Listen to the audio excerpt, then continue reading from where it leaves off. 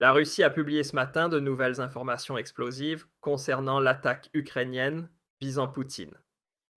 Parmi elles, on trouve notamment des preuves sous forme d'images des drones abattus, mais aussi des cartes montrant les trajectoires de vol des drones, ainsi que bien d'autres éléments. Jetons un œil à cette mise à jour. C'est parti. Avant de commencer, un petit mot personnel. Nous sommes aujourd'hui le 31 décembre et dans quelques heures, nous entrerons dans la nouvelle année. C'est donc l'occasion pour moi de vous remercier chaleureusement pour votre fidélité et votre soutien. Merci à vous tous de regarder mes vidéos avec autant d'assiduité, de les commenter bien sûr, et de les partager avec vos amis.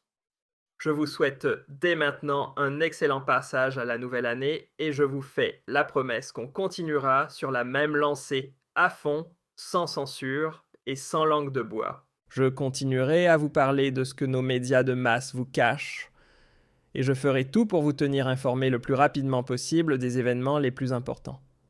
Alors n'hésitez pas à vous abonner à ma chaîne et à partager tout ça autour de vous.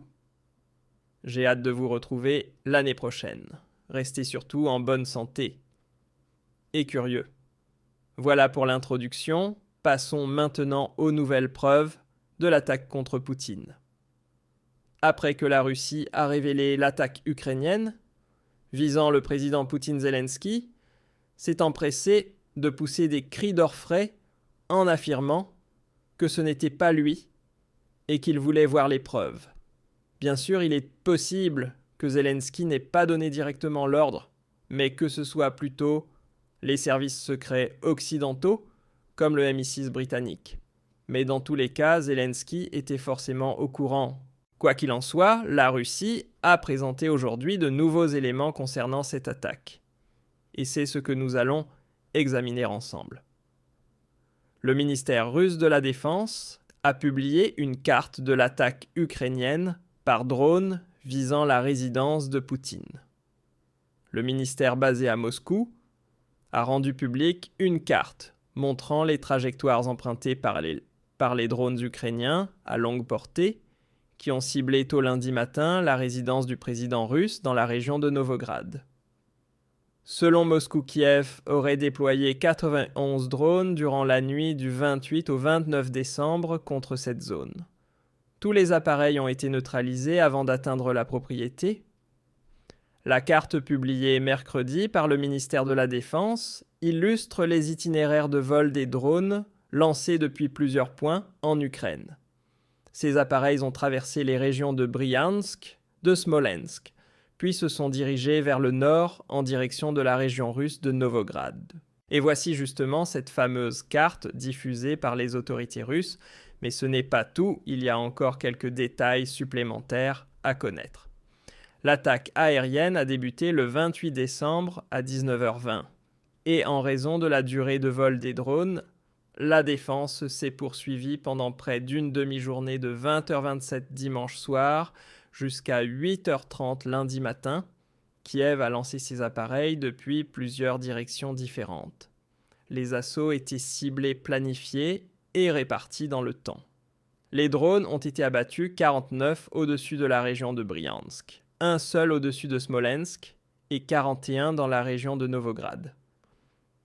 Cette carte, montrant les trajectoires des drones, est vraiment exceptionnelle car la Russie ne communique en général jamais sur les attaques ukrainiennes et encore moins en publiant des cartes. Mais l'incident visant la villa de Poutine est tellement hors norme que cette fois, Moscou semble avoir voulu aller plus loin probablement pour justifier la riposte qui se prépare. Et on le sait tous, cette riposte sera massive. Sur les réseaux sociaux, on parle déjà du fait que Kiev pourrait assister au plus grand feu d'artifice de toute son histoire. Je me dis d'ailleurs que ça va être extrêmement compliqué pour la défense antiaérienne ukrainienne de s'y retrouver, surtout si en plus des frappes russes, des centaines de milliers de pétards et de fusées de Nouvel An explosent en même temps. Je suis vraiment très curieux de voir ce qu'il va se passer cette nuit. Demain, je vous ferai une grosse mise à jour sur tout ça. En attendant, passons aux prochaines preuves de l'attaque contre le président Poutine. Le ministère russe de la Défense a diffusé une vidéo montrant le drone utilisé par l'Ukraine lors de l'attaque contre la résidence de Poutine.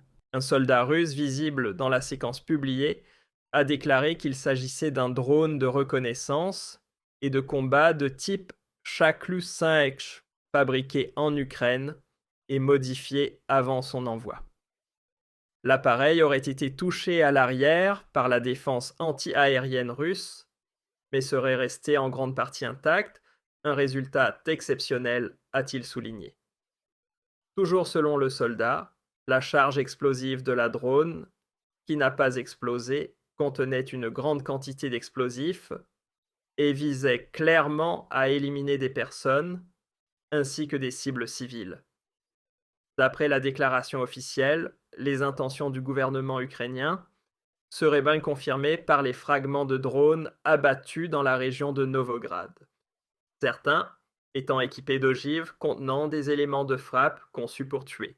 Le témoignage de plusieurs habitants ayant assisté en direct à l'intervention de la défense anti-aérienne russe contredit, selon les autorités, toutes les tentatives des médias occidentaux et anti-russes de faire croire qu'il n'existerait aucune preuve de l'attaque menée par le régime de Kiev. Et voici à présent la vidéo du drone abattu, publiée aujourd'hui par le ministère russe de la Défense. Dans cette vidéo, un soldat russe commente le drone, en détail les spécificités techniques, le contexte de l'opération, ainsi que les données de vol. Mais en dehors de ça, la vidéo ne montre pas grand-chose de plus. Malgré tout, on peut dire que l'ensemble de ces éléments provient évidemment du ministère russe de la Défense, et c'est précisément pour cette raison que l'Occident les rejettera systématiquement, les jugeant non crédibles, tout en continuant à nier l'existence même de l'attaque. L'Occident, tout comme Zelensky, continuera d'affirmer que cette histoire d'attentat a été inventée de toutes pièces par Poutine pour justifier une riposte, probablement directement sur Kiev. Et de son côté, la Russie maintiendra que Zelensky ment qu'il a lui-même ordonné l'attaque ou qu'il sait au moins très bien quel service de renseignement occidental en est responsable.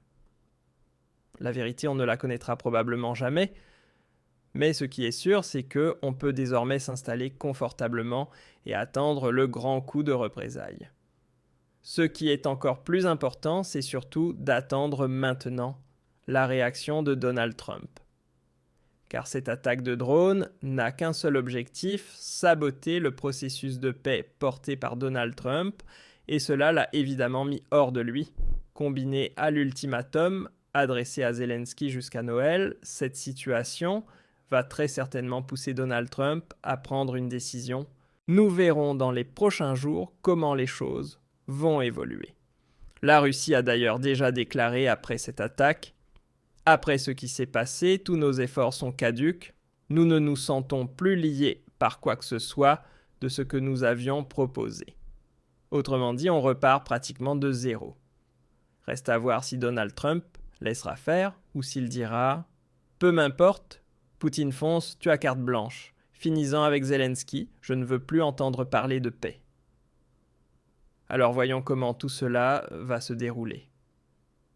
N'hésitez pas à écrire dans les commentaires ce que vous en pensez, en particulier à propos des preuves présentées.